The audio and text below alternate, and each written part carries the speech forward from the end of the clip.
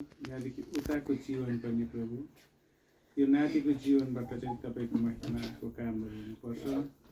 यसलाई असल सोच विचार ज्ञान बुद्धिले भरिदिनुहोस्। पढ्ने लेख्ने ज्ञान बुद्धि दिनुहोस्।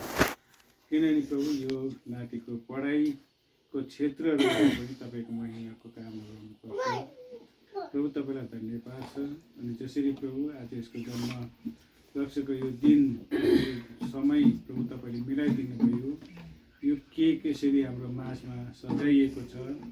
यो केक प्रभु साँच्चै जसरी केकको मिठास छ, यो मिठासपनलाई हामीले थाहा गर्न सकौँ। परमेश्वरमा हामी तपाईँलाई धन्यवाद दिँदछौँ र बिन्ती गर्छौँ। किनभने प्रभु यो साँच्चै नै तपाईँले दिनुभएको आशिषको दानहरू हो। अनि यो आशिषको दानहरूमा चाहिँ तपाईँको महिमा हुनुपर्छ। प्रभु तपाईँले मलाई पनि यो उमेरमा यतिको उमेरमा प्रभु तपाईँले नाता नातिनी दिनुभएको छ। साँच्चै नै तपाईँले नाता नातिनी चाहिँ वृद्ध अवस्थाको एउटा मकुट हो भन्नुभएको छ। म त अति भाग्यशाली साँच्चै नै परिवार छु। जसरी प्रभु तपाईँले मलाई धेरै नाता नातिनी दिनुभएको छ।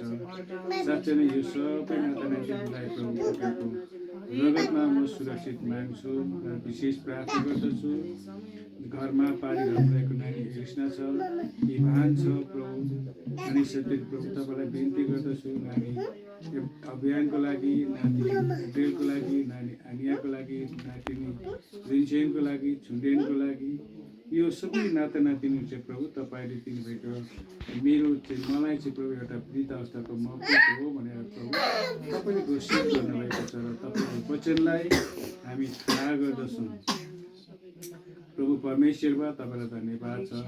अनि यसरी हामी थोरै परिवार किन नहौँ तर तपाईँले हामीलाई उपस्थिति दिनुभएको लागि धन्यवाद दिँदछौँ। अनि यो जति पनि प्रभु नाति अभियानको खुसी र आनन्दको लागि प्रभु यो सजाइएको छ। यसमा तपाईँको उपस्थितिलाई म थाहा गर्छु। जब पनि प्रभु यो केकको कटिङ गरिन्छ तपाईँको महिमा भएको होस्। अनि हाम्रो टाढामा रहेको सबै परिवारहरूलाई विशेष मानिस